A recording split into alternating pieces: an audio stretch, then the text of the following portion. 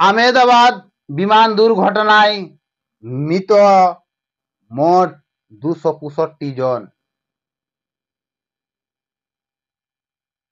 তার মধ্যে বিমান দুর্ঘটনায় 242 জন ছিল।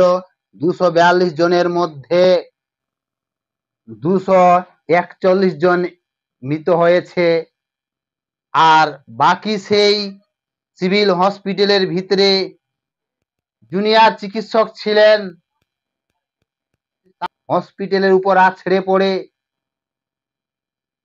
এবং দাউ দাউ করে জ্বলে উঠে হসপিটালের বেশ কিছু পিলারকে ভেঙে দেয়, গুড়িয়ে দেয় ধ্বংস স্তূপের মতো।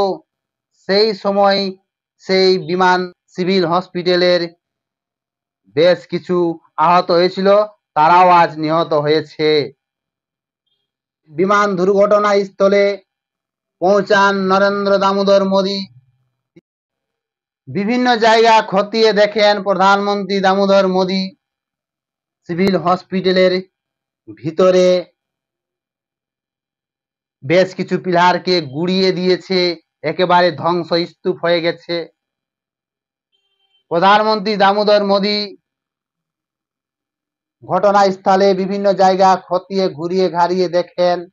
তারপরে যে একজন বেঁচে আছে, 242 জন ছিল সেই বিমানে, তার মধ্যে 41 জন মৃত হয়েছে, আগুনে তাদের শরীর জ্বলে গেছে।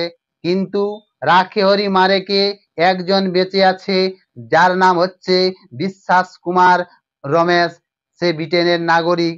তার সাথেও দেখা করতে যান প্রধানমন্ত্রী দামোদর মোদী। তারপরে স্বাস্থ্য দপ্তরে এক মিটিং করেন প্রধানমন্ত্রী দামোদর মোদী। স্বাস্থ্য দপ্তরের বেশ কিছু উচ্চ উচ্চ কর্মস্থ লোক নিয়ে করে ঘুরে ঘাড়ে দেখছেন যে প্রধানমন্ত্রী গর্ব করে বলেন, আজ সেই মূর্তি ভাব নেই, দেশের এত বড় ক্ষয়ক্ষতি, দেশে আজ মৃত্যু মিছিল।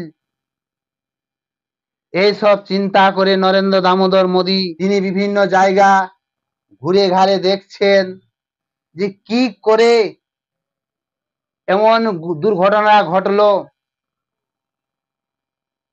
গতকালকেই অমিত শাহ আহমেদাবাদে ছিলেন, আজকে প্রধানমন্ত্রী নরেন্দ্র মোদী এসেছেন, এসে ঘুরে ঘাড়ে দেখছেন সেই দুর্ঘটনা স্থল, চতুর্দিকে ঘুরে ঘাড়ে দেখছেন, উদ্ধার কাজও চলছে। এবং একজন যে বেঁচে আছে রাখে হরি মারে কে বিশ্বাস কুমার রমেশ, ব্রিটেনের নাগরিক, সে হসপিটালে ভর্তি আছে, তার সঙ্গে দেখা করতে যান প্রধানমন্ত্রী দামোদর মোদী। এত বড় বিমান দুর্ঘটনা কোনোদিন হয়নি, আজ কি করে আচানক হলো?